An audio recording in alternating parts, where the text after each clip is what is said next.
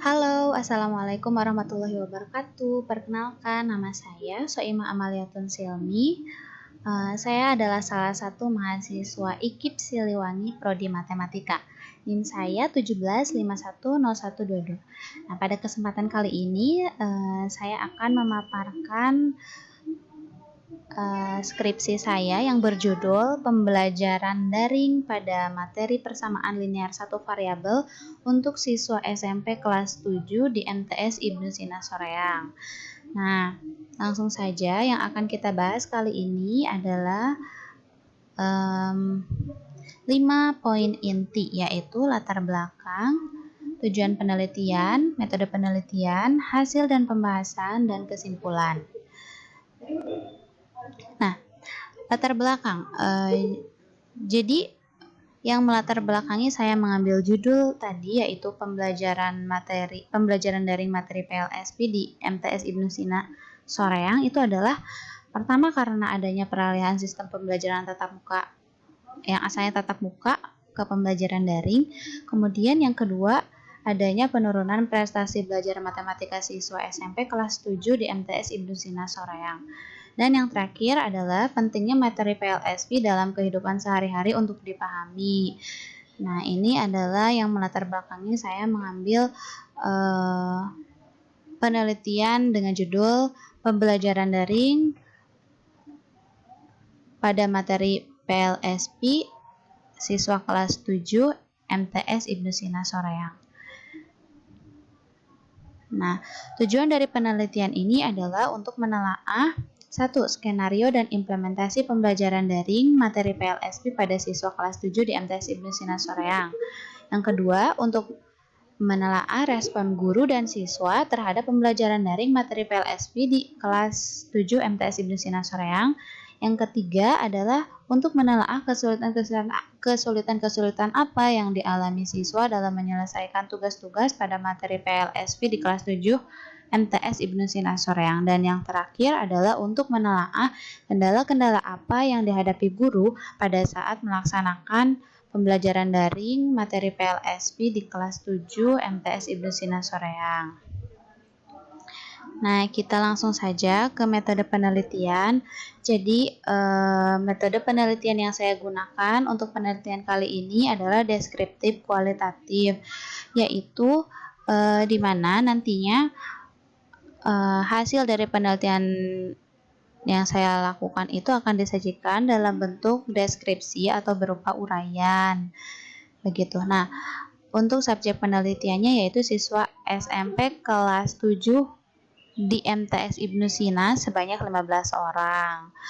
Lalu instrumen penelitian yang saya gunakan itu ada lembar observasi, angket respon siswa, soal tes harian, dan pedoman wawancara. Nah, lembar observasi ini saya gunakan untuk nanti memperoleh seperti apa implementasi dari pembelajaran daring di lapangan. Kemudian untuk angket respon siswa itu untuk mengetahui kesulitan-kesulitan apa yang dialami oleh siswa saat pembelajaran daring, terkhususnya materi PLSP. Kemudian untuk soal tes harian ini untuk mengetahui kesulitan apa yang dihadapi siswa dalam menjawab soal tes harian. Kemudian untuk pedoman wawancara ini dilakukan terhadap siswa dan guru. Untuk guru ini agar nanti kita mengetahui bagaimana respon guru, tanggapan guru terhadap pembelajaran daring serta kendala apa saja yang dialami oleh guru selama pembelajaran daring. Begitupun siswa pedoman wawancara ini digunakan untuk melengkapi informasi-informasi yang sekiranya tadi di lembar observasi, angket respon siswa itu tidak diketahui sehingga menggunakan pedoman wawancara atau metode wawancara ini. Untuk selanjutnya itu adalah prosedur penelitian. Nah, untuk penelitian ini saya mengalami 3 tahap, yaitu pertama tahap persiapan, kemudian tahap pelaksanaan, dan tahap evaluasi. Nah, untuk tahap persiapan, di sini yang saya lakukan adalah membuat lembar observasi, kemudian menyusun pedoman wawancara, kemudian menyusun angket respon siswa, dan membantu mendesain soal latihan harian. Jadi, di sini saya sebagai peneliti itu adalah sebagai observer, sementara yang melakukan kegiatan pembelajaran guru dan siswa itu adalah guru di MTS Ibnu Sina Soreang dan siswa di sana. Nah, saya di sana adalah sebagai observer, sehingga di sini saya membantu mendesain soal latihan harian yang dibuat oleh guru di MTS Ibnu Sina Soreang. Nah, kemudian pada tahap pelaksanaan di sana pembelajaran daring menggunakan media bantu yaitu WhatsApp Group dan Google Classroom. WhatsApp Group memang dipilih di sana karena pertama lebih komunikatif sehingga bisa lebih intens untuk berinteraksi dengan siswa. Kemudian untuk Google Classroom digunakan untuk penugasan karena file-file akan atau data-data akan mudah tersimpan di Google Classroom begitu. Nah, untuk implementasinya di sini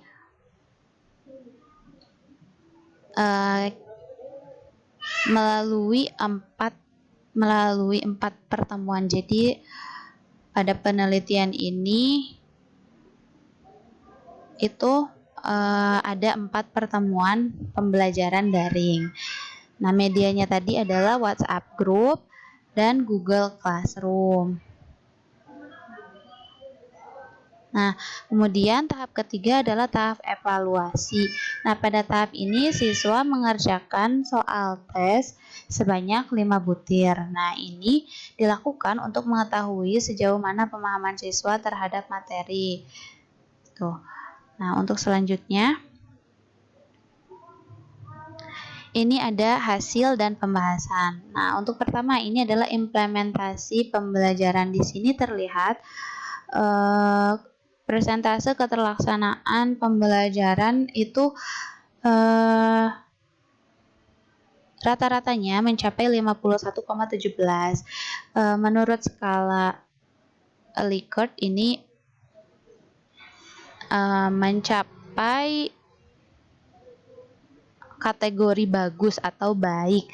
Nah, walaupun begitu, banyak sekali indikator-indikator yang tidak tercapai ketika terjadi di lapangan. Nah, di sini indikator yang paling rendah itu adalah ketika siswa menanggapi pendapat siswa lain dan siswa mempresentasikan pendapatnya tentang penyelesaian permasalahan. Nah, di sini persentasenya hanya 31,25%. Ini adalah paling rendah. Artinya hanya sedikit siswa yang melakukan hal tersebut gitu. Jadi memang di sini interaksi adalah salah satu kendala tertinggi di pembelajaran daring, sehingga di sini pun terlihat persentasenya memang paling rendah di antara yang lain. Nah, kita langsung lanjut. Nah, yang kedua adalah respon siswa dan respon guru.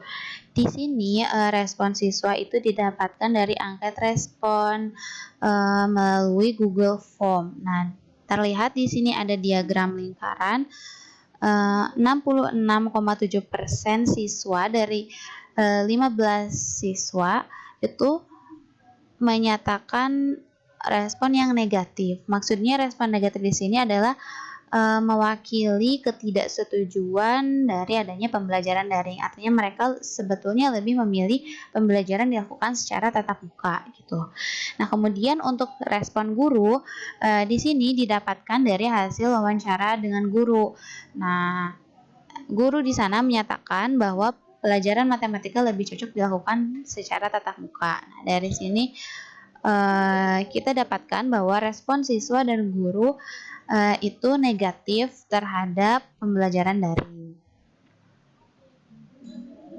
Untuk selanjutnya adalah kesulitan yang dihadapi siswa. Nah, di sini kesulitan yang dihadapi siswa dikategorikan menjadi dua. Ada kesulitan dalam menjawab soal, ada kesulitan dalam menggunakan platform. Nah, dalam menjawab soal ini terdapat 4. Jadi, mereka mengalami kesulitan karena mereka melakukan kesalahan. Nah, yang pertama itu adalah kesalahan dalam memahami soal, kemudian kesalahan membuat model matematika, yang ketiga kesalahan menyelesaikan model matematika, dan yang keempat, kesalahan dalam mengartikan soal. Nah, sementara kesulitan dalam menggunakan platform itu adalah siswa salah dalam menggunakan platform karena terkendala jaringan yang tidak mendukung.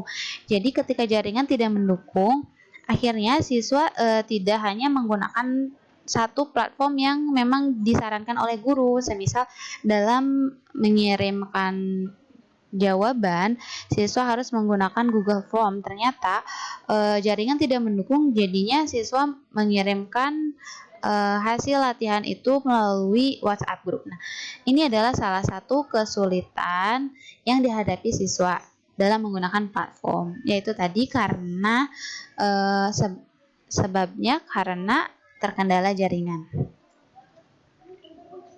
Nah, kemudian ini adalah kendala pembelajaran. Nah, di sini terlihat bahwa yang paling tinggi itu adalah